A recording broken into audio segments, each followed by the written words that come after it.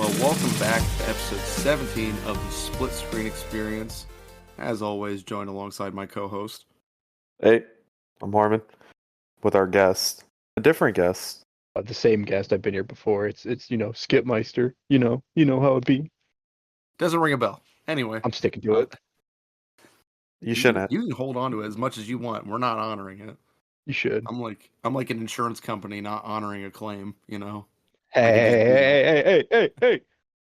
No, you're right. Absolutely. They come out. They're like, "Oh, hole in the ceiling." Sorry, bud. There's a pre-existing hole. It doesn't cover space junk falling from the sky. I can't wait to get another text from Coleman. Why is he calling himself Skip Meister? If he calls himself that again, I'm gonna kick his ass. It's what the people want. It's what they need. I don't know about that one. No one wants it. Everyone I wants actually it. dislike it. Let's get into some video games though. Let's get out of this topic. I don't want to talk about Skip Meister anymore. Oh, what do you want to start with? We could have the Black Ops 6 trailer that came out as of 45 minutes ago. Although we see the people hanging the black signs from the Mount Rushmore. Yeah, that's so much to talk about with that. Yeah. Is that even real, or is that just AI'd on? Because I feel like they didn't get permission to do that. I don't think you can get permission to do that. Cloth over the 4 presidents' faces. Let's see how that's well received. I mean, I feel like most people would not give a singular fuck. They would not care. But think about how much recruiting Call of Duty does for the United States military. They are the industrial complex. Yeah, like they would probably, out of all people, they are the most likely to be able to get permission to hang up a banner over the president's faces, but I doubt they did, but it'd be funny. So is that it? That's the whole takeaway from the Black Ops 6 teaser? I mean, there's really not. It's just 4 dudes walking in the dark. Like that's it. That's it. It's like COD meets Blair Witch. Yeah, it's not like they showed like, oh, it's gonna be here. It's gonna be this location. Here's the name drop. It's just 4 dudes walking in the dark, in the woods. Like I don't know what you want. But I mean, like we know what it is because it's either Korean or Gulf War, right? It's Gulf War. I'm pretty That's sure what I they already thought. announced it. Well, they didn't announce it. We haven't had like a. It's leaked by everyone else in the industry, Yeah. but they won't say it. That generate hype so they can sell more battle points or COD points. Sorry. Yeah, not BP. They sell CP. Which is a terrible acronym. Not one thought was like, this isn't a good idea. Like Activision bucks or Battle bucks. You could have done anything. War dollars, war credits. You literally could have just done credits considering that's what the Warzone system uses. Or just don't shorten it. Just say COD points. And then we put it on the coin, you do COD instead of just CP. Like dog. The fact that it's going on for, I mean, what, just the last 6 years? Or no, 5 years? And they've not longer than that. once I mean, it was fixed in Black Ops. It was in Black Ops 3. Yeah, no, you're right. Yeah, you're right. I thought they changed it when they came out, but yeah, no, you're right. It is still CP and BO3. What a nightmare! Like, is it just like a PR disaster where they're like, if we change it, we're acknowledging that we saw it, so they're just pretending they don't notice. I think they just don't care. Also, that Like one dude up top saw and was like, sucks. Oh well. Yeah, let's move away from that now. I want to talk about the transgressions of Activision. We can through X Defiant. That's not their transgression. It's Ubisoft's No. success.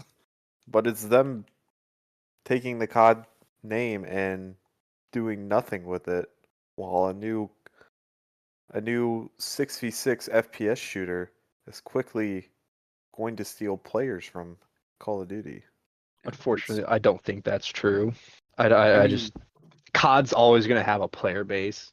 Even now in the past 3 years where it's just been shit game after shit game, they're still like top everything. I mean, X Defiant has 84,000 viewers on Twitch. Warzone has 38K. And that's the same milked out game that they've had for 3-4 years now. I don't think it'll ever take too many viewers from them or too many players. I think it's just different enough that people would be able to switch back and forth if they want to.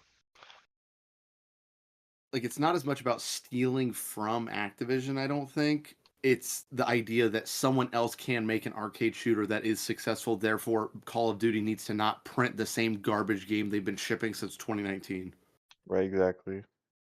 It's not just like, oh, they're not gonna like put Call of Duty out of business or anything. But I mean, there's distinct advantages of a free to play title. It's cross-play. You know, I know COD's cross-play too, but like you don't have to play with PC people on XDefiant. I think there's an option to, but I'm pretty sure base cross-play is just console to console, which is how it should be. You know, it's got a lot of appeal. You use the iconic branding from, you know, Ubisoft games, even if those games haven't been so hot lately. Or if you're like Splinter Cell, you haven't gotten a game in like the last decade. Because when was Conviction? Was it 2011? 2012, I believe. So see, yeah, and I think that was the last one. It definitely was the last one that we've gotten. So like they have them in X Defiance. 2010, That's actually. cool. I thought it was earlier than 2012. 2010, and that's the last Splinter Cell game we've got. At least on console. There might have been some small game on PC, but I was gonna guess VR. And I say they're never on PC. They're always on like PlayStation Vita, only released in Japan. And I'm like, how do you guys manage that? You wouldn't get it. It's for their market. No one else would want to play that game. No, sir. Like X Defiant, it's fun to me. At least, you know, I enjoy it. It's got 6 modes right now, or yeah, I think 6. I think they're all pretty fun. There's a couple balancing things here and there, but again, the game did just come out. I know they had betas, so arguably gun balancing should have already been kind of handled, but we didn't have all the weapons in the beta, so I'm sure we'll see tuning and tweaking in the next, you know, month or two to kind of get it more in line with what you'd expect from each class. I like my healer class. Yeah, your bitchy ass healer class sits in the back and just farms points. Meanwhile, the real men are up front throwing fire bombs, doing the work, guarding the objective. That's why. How many times have you gotten MVP? That's what I thought. Once. I don't think I got it at all, did I? No, you thought you got it that last game, and then it turned out to be the other It guy was wearing just the the- skin. Yeah. Then I'm pretty sure he was on the enemy team. He was, which is kind of stupid because it's like, why should you get MVP if you're on the losing team? I agree. The reason why I said for Overwatch, if your team loses, you should not get play of the game. Yeah. Because while you might have done something cool, clearly it didn't impact the tide of the battle. Or if it did, it, you know, got overshadowed by the rest of your team's failure. So Winning team, MVP. You didn't see Steph Curry getting MVP the year they lost to the Cavs. They didn't get the year before because they gave it to Andre Iguodala because he guarded LeBron James so well, even though he averaged like a triple-double the entire finals. Yeah, don't understand Still that. upset about that. But yeah, if you win, you should get to play the game MVP, not who was the best player in the lobby. It should be who the best player was on the winning team. correct. It's like the definition of a participation trophy where it's like you lost, but you did something cool, and it's like does that really help you? Like, if anything, I feel like it makes me feel worse if I'm the MVP and I lost, because then it's just like, what have you idiots done today? Look at your teammates, and they're like 5 and 45. They didn't get 5 kills. Be real. So we were playing, it was mostly like us, and then we look and there's 2 randoms, and they're like a combined 3 kills. And I'm like, what are you even doing? Like, how do you only have 3 kills combined? Just sit there? I wish we recorded Jared's first game. Oh, that was hilarious. He was losing it so bad. Yeah, that was a mental break for him when he was the one going like 5 and 30 and just screaming from the top of his lungs about how dumb everything was. And I'm like, hey, Jarrett, I don't know if you have like good reaction time or aim, but that's like the 2 things you need right now. This is your first game, buddy. You can't get too angry just yet. He can't. The real rage comes later. So I know we don't play it. I want to play it, but we don't. I don't even know if people play it anymore. But Hunt Showdown, they're going to stop supporting last gen. As all gaming companies should. Correct. Maybe not support all the way. Like you should do like, oh, technical support, yeah, there are having issues, whatever. But there should be no new updates for anything Yep. older than the newest gen. Like if it's not on Series X or PS5, you ain't getting updates. Sorry, or new games. Stop wasting resources on it. It's been 4 years. Yeah, we talked yesterday. It came out in 2020. So yeah, 4 years. You've had enough time to go work a minimum wage job and get a new Xbox. Well, it's like we've never seen this before with any other generation that I know of in our lifetime, at least, where the last generation of console got support for as long as this did in terms of true support. Like I know, like the 360 store is getting shut down in like a month or whatever, and it's like that to me is not the same thing as like true new games because what the last new game for the 360 I think came out in 2015. Yeah, I feel like as soon as the one came out, they just stopped. Yeah, which is how it should be. I mean, you have this couple games right on the boundary of the generations that can kind of you can do like the dual release, like Black Flag did, Chivalry did, which is the reason why I stopped playing Chivalry.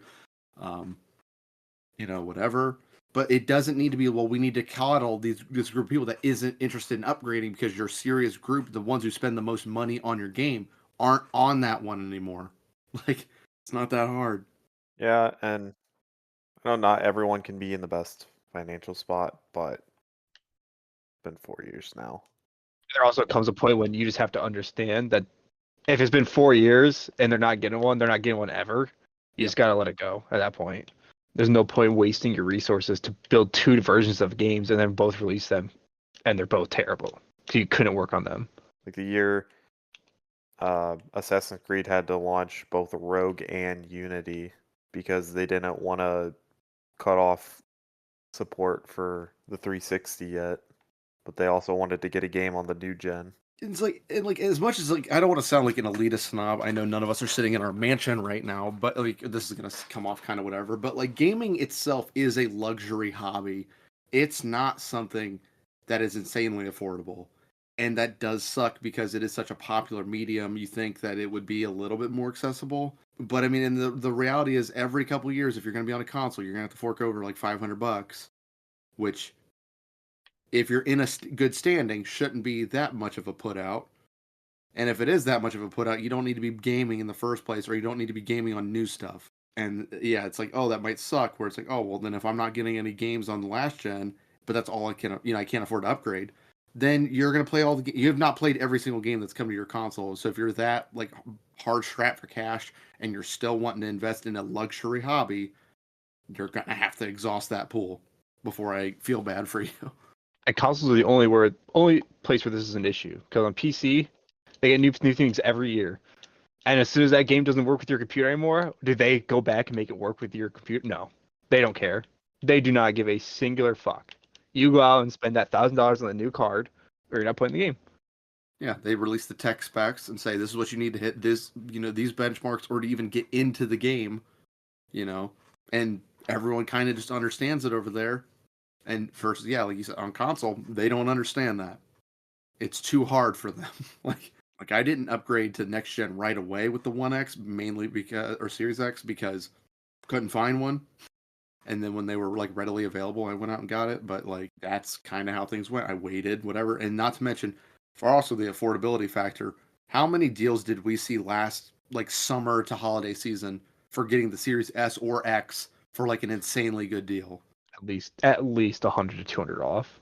You could get like the Series X for the Series S price, and it's like that's unbeatable at that point. Like, and that's even the best part. We haven't even talked about that. The fact that the Series S does exist, so for $300, you can play the new games. Just not at peak performance, because once again, I don't know why Xbox has this idea that we release 2 consoles at launch, and one's just infinitely worse.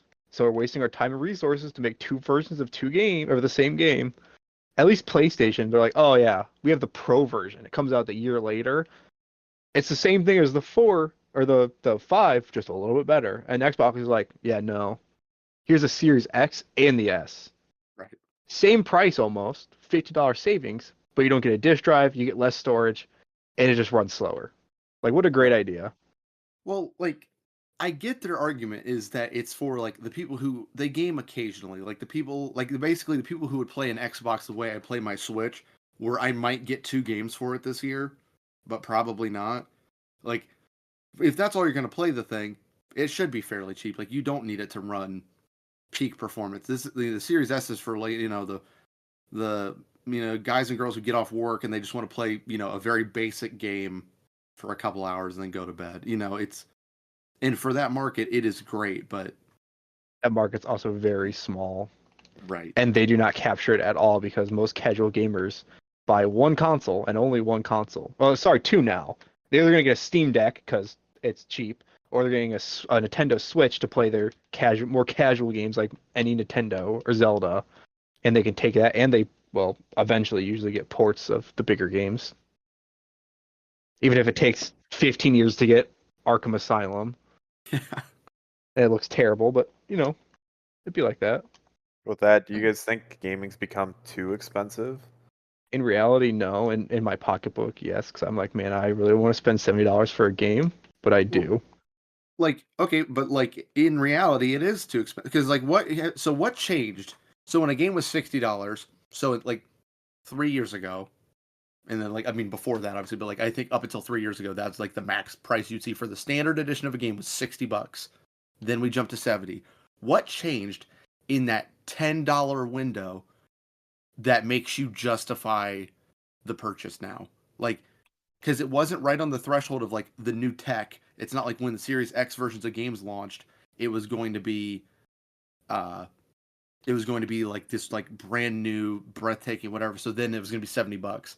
It's like randomly a couple years into the Series X, now games are $70. It's just because they realized they could. The first game they made it $70. They're like, oh, this actually worked. They didn't revolt, even though some people did. So they just kept doing it, and now it's just standard. The same reason why every game comes out with 3 editions now. You have standard, super, or whatever the hell they call it, and then like ultra deluxe, and it's like $120 or $190, and it's like, oh, you get the base game, 3 days early access, and $10 worth of our in-game currency, and a digital art book that you'll never see. Yeah. Yeah, that's the key one. The digital art books. Like I have Starfields in there somewhere. I've never opened it. Fallout 4's never opened it. Yeah, No idea where they're even at to look at. And that's the thing, they like hide them, or like they do like the digital soundtracks. And it's like Elden Ring did that. I'm pretty sure. I think theirs came with the soundtrack. It's literally on Spotify. The only good incentives are usually like when they have the figurines. Those usually hold up pretty well if they're good. I mean, I know Starfield had a okay one where it's like, oh, it's a watch, and it looked really cool, but it's just a watch. That should have been the ship, correct? And we have our fourth guest just now joining us. Jarrett decided that sleep was more important than joining us at the start. Sleep, aka master's level classes. Oh, Mr. Humble. Okay, settle down. I was gonna say mowing the lawn again with his toenail clippers. So was it exactly 1 1/4 inch tight? No, they're actually shears from 1875. Thank you very much. Those are too good for you, and you know it. But yeah, we just kind of been talking about the Black Ops 6 teaser, which not much to really talk about. Because we just saw 4 guys going up on Mount Rushmore and putting the truth lies over the president's faces. And X Defiant. And then old gen consoles should not really get support anymore once the new one comes out. That's kind of been what we've been talking about. Oh, and I guess technically we also were talking about the whole $70 price tag for games justification and the existence of every game has to have 90 editions just to try to, milk more money out of you. That too. Like, it's like Skippy said, like if it's a collector's edition, like a physical collector's edition, and it costs, like $100 or a couple $100, but it comes with something cool from a game you're going to end up liking, or you think you're going to like, or it's a franchise you like, that's completely different. Like if BioShock came out with like a new game's coming out, if you get the collector's edition, it comes with like a model of Rapture or like a Big Daddy, like a nice quality like Big Daddy statue kind of thing. Like I would buy that in a heartbeat. But these $130 version of Assassin's Creed, where it's like, oh, what do you get? Well, you get an outfit that makes your character red, and also you get to play the game 3 days early, which is a lie. And also, oh, how can I forget? There's a bonus mission in there because we can't afford to put it in the main game to just complete the story because it's probably fairly important to the story. No, it would never be. They would never do something like that. Keep a whole entire segment of missions out unless you pay extra.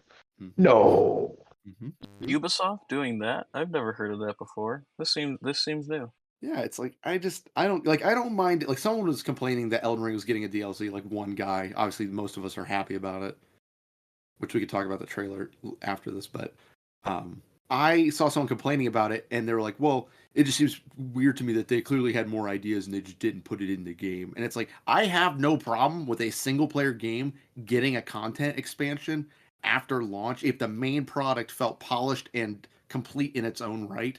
This is just more. It's also not like they releasing it within the same year or even a year's length of time.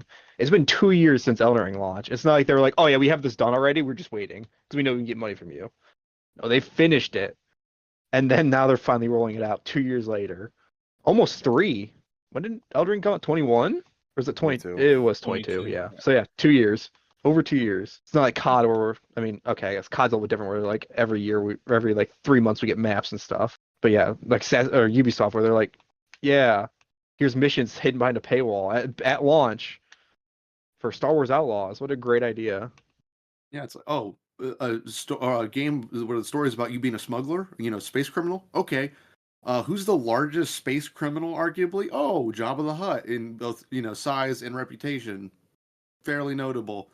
And oh yeah, that's just not going to be there unless you pay an extra $20. I'm pretty sure.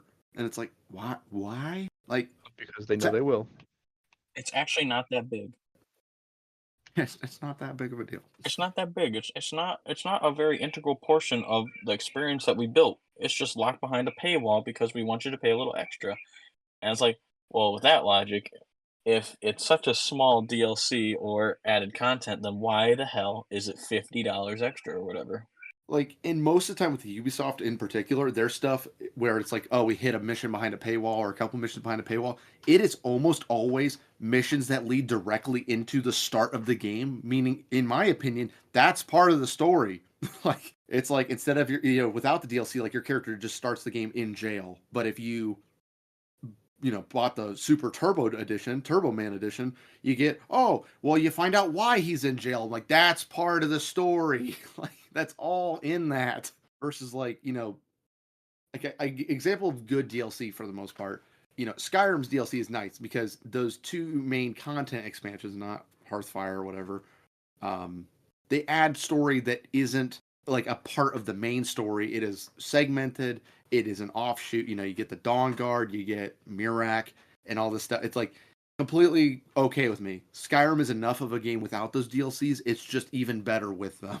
Like I don't diss Hearthfire. It's so great. You don't like building homes and having them glitch out so you don't get an achievement ever, or the house just disappears. You're just being bitter, okay? And it's not my fault you bought the mobile home and didn't notice. Or when you're playing Dragonborn and you happen to go to Soulsheim without the correct number of Dragon Souls, and then when Miraak shows up, he just shows up and is like, hello, I'm stealing everything that you have. I'm taking the rims off your tires. And then you can't get enough shouts to be able to get Bend Will so you can finish the DLC. That's just called you need to be better, Jarrett. I don't know. It just involves me reloading the same goddamn save about fucking 10 times to be able to actually get anywhere in that stupid story. I like Dragonborn a lot, but it's like I'm gonna lose my mind if he comes and steals another fucking soul from me. I just like never have that happen either. You could always go back to the mainland, right? That's the thing. If you go there too, he shows up as well. He's like, hello, thank you. And then he spits on your face and then he goes back to Soulsheim. I've never had that. Like I've had him like show up like once or twice and be like, "This soul is mine," and after that, it never happens again. I'm like, okay. Well, like the first time I ever played it back on the 360, he only showed up like twice, and then that was it. But then, like on the remaster or the anniversary edition, he shows up every goddamn time, and I'm like, I'm gonna lose my mind. Hey, can I bum a hit real quick? Just absorbs the entire soul. Yeah, I never really use shouts other than Unrelenting Force, so Mhm. I always have a stockpile of Dragon Souls. You're missing out. Marked for Death is OP and great. Best shot in the game. I like Stormcall, even though it takes forever. And like whirlwind Durnavir. sprint with my big hammer. Ah, yes, Durnavir appearing, and then you try to ride him, and then the game glitches out, and you're like, Yeah. oh well, I'll call you in again in another 20 minutes. What's the shout where you like force the dragon to land? Dragon Rend. Yeah, Dragon Rend. Yeah. Well, for the first time I ever got that shout, I kept using on Parthenax. I'm like, why the fuck is Alduin not coming down? And then I'm like, oh wait, I'm using it on the wrong dragon. Whoops. Please stop. Please stop. I'm the good one. I'm the one trying to help you, buddy. Parthenax is just looking at you like, I'm gonna eat you. I swear to God. Then you have Delphine or whatever being like, actually, did you know that Parthenax in the olden days was actually a little bit of a dick? And it's like, I don't care. Anyone who ever finished that Blades quest is not a true Elder Scrolls player. I don't care. You never join the Blades. They're terrible people. And they're like a joke. Like in every game that they appear in that I've played, it's always like, we're here to, because isn't their primary directive like to protect the Emperor? Yes, and they suck because we assassinate them every time. Yeah, every single time. It's like Oblivion is immediately he gets assassinated, and he's surrounded by blades. It's like, well, what the hell was that? It's like, no wonder you guys lost your jobs. You're sleeping in a sewer, Esbern. And then you have the gall to approach me and go, that guy that's helping you kill, basically like Dragon Hitler. Yeah, we want you to kill that guy. And it's like, no, I'll kill you. Like, I will fuss Radar your ass off this mountain. Like you are a no good graybeard. Then they have the decency to get mad at you for not doing it, even though they're like, oh, we must protect you, Dragonborn. Like, first off, don't need protection. Second off, bow to me. Don't need you. Because, like, wouldn't it make sense to have the, like, Dovahkiin assume the role of, like, Emperor? I don't know, because, like, out of all the people that are probably most fit to rule, because, like, you can't, in that game, you cannot pick, like, a bad option other than, I mean, if you want to choose the Civil War side, that's admittedly not as good as the other side. You can do that, but you can't be like, I side with Alduin. So he's clearly a good dude. So, and again, you can't really assassinate him. He'd probably die of old age. I would have to argue.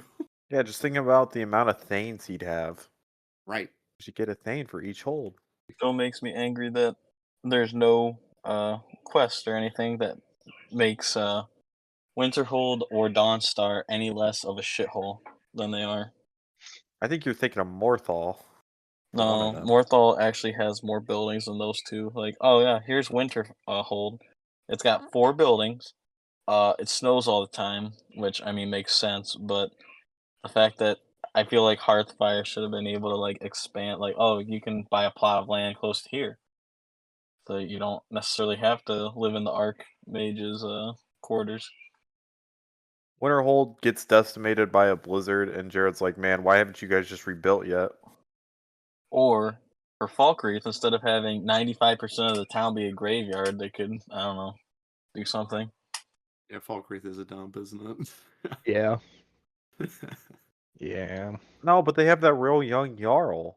Uh-huh. Secret or whatever his name is. And the one bard lady that's like, show us bones, handsome man in Falkreath. That's all I remember from that. I feel like her voice is a bit more feminine. Devoted man in Falkreath. It's like, yep, there it is. She uses magic to conjure Marlboros. Did you know Falkreath has a tobacco field out back? That's where Skyrim Marlboros came. Yeah, where do you think they have all the ashes come from? That's where the Skuna, the Argonians out in my field, smoking their hist. Correct. Damn tree hookers. Hey, don't you dare diss my Argonians, bro.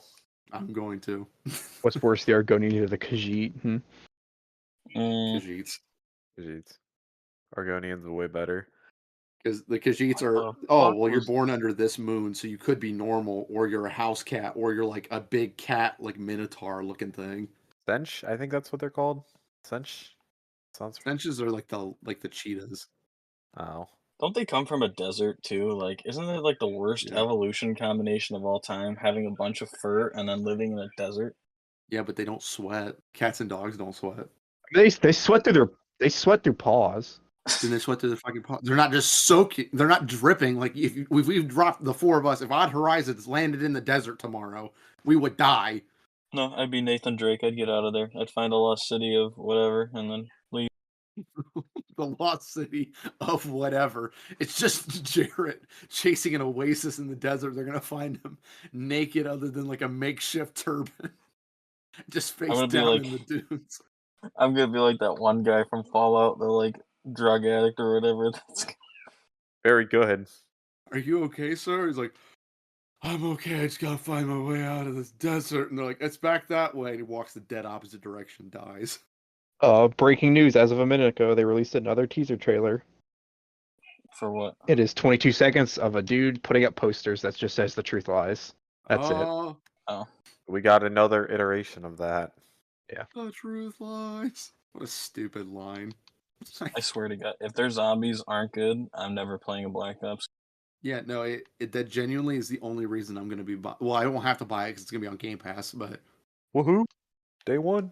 But if the zombies is round based and like Cold War, I might play it. But ideally, it's round based and like older zombies because this stuff ain't it. And like MWZ is never coming back. The YouTubers tried to defend that mode for so long, and then they admitted it was garbage. It's like, yeah, because that's stupid. What you said was dumb, and you should feel bad. What's MWZ? Am I forgetting something here? The zombies mode for MW3. Oh, the Warzone zombies. Okay, yeah. Never mind. Yeah. Yeah, that's a terrible idea. Yeah, it's like, oh, what if we reuse this map again? We don't have to make any content. Admittedly, they did have a cool wonder weapon where I don't know the name of it, but I know if you hit like the alt fire, it would send you like flying up into the air and you could redeploy using it. And I'm like, having that in an actual zombies map could actually be kind of cool for like traversal. I mean, you wouldn't be able to land anywhere, but like, you know, the idea of, you know, having a get out of jail free card for a normal round base would be cool. It could be like the Horizon Drock where there's like set points where you would have to land. Yeah, but that's you starting at a point and it's tracking. If you just popped it out of your, you know, if you just pulled it out and launched yourself, it wouldn't be able to go, got it, you're going to land in this safe place. Well, it could. I don't think they could because Activision is notorious for not doing anything other than harassing women. I'll say they do things, just not good things. just not their job. Full disclosure, we are not making light of the scenario at Activision. However, we are making fun of Activision, so it's just kind of easier to laugh than cry. We only cry when they release another dog shit game that gets our hopes up, just to not bring back the sweet memories of childhood. I've gotten excited about a Call of Duty, and I don't know how long. Like I bought Cold War, even though I wasn't excited about it. I always get a little hope. Do you feel more disappointed with an Activision release or an EA release? My answer will wait until July 19th. On July 19th. Does Black Ops really well, come out then? No. EA is Okay, releasing the college football game on the 19th. Oh, 16th if you Oh. pre-order. So I'll hold my answer until then. If it comes out and it's terrible, I might not be on that episode ever again, or on this world. well, it's like look at it this way. Like EA releases how many games a year? A lot. And then if it starts to get criticism, they're like, oh, we need to cut ties with this immediately and start another project. But then for some reason, I know Battlefield's been their flagship for a very long time. They decide, oh, 2042, it sucks at launch, but we're going to just pour money and resources in it to the point where it's an okay game. Because I mean, like Activision, yeah, you see them once a year. You know, it's like Santa Claus. You know, comes around, or it's more like the Grinch, I guess. It comes and takes stuff from you. It's never a gift coming to you because, I mean, yeah, like again, almost no one bought MW2 people said it was pretty okay. Then people bought MW3 and then didn't like it because the story was literally 4 hours long. The gunplay felt worse than 2 apparently, and the zombies mode was that. Which Modern Warfare should never do zombies. I don't know why that's hard for them. I don't know, because like for me, like the EA heavy hitters, obviously, yeah, it's always going to be Battlefield, but like the last couple haven't done it for me. So EA's heavy hitters Madden. Like in true profit is always Madden. They make so much money on that. Oh yeah, they make so much money on Madden Ultimate Team. oh, I guess because yeah, they sell like the packs or whatever. It's like They oh my sell god, packs and they have to buy currency for them. So yeah, they make bank on those. I got Hall of Famer card. Let's see who is. Oh my god, I got Ray Rice. No, actually I don't think he's been in the game since he's been known as halfback 27. I don't think they've put him back in since. Which I mean, yeah, probably good reason. With that, I think we're gonna end it. We have been going on for a good amount of time, and we've hit a milestone. We've had not 1, but 2 guests. Even if one of the guests may have showed up late, but he was still here. But yep, this has been episode 17 of the Split Screen Experience. As always, I'm Harmon, joined alongside my other co-host, Andrew, along with our 2 guests, Jacob. Address me by my government name, please. Skip Meister. There you go. Had to grit my teeth while saying that one. And Jarrett. I believe he prefers the title J Money. I actually prefer the title by my divine name, Unseen Wizard 0. I'll call you J Money, and we'll shake our hands on it. This has been episode 17. We'll see you next week.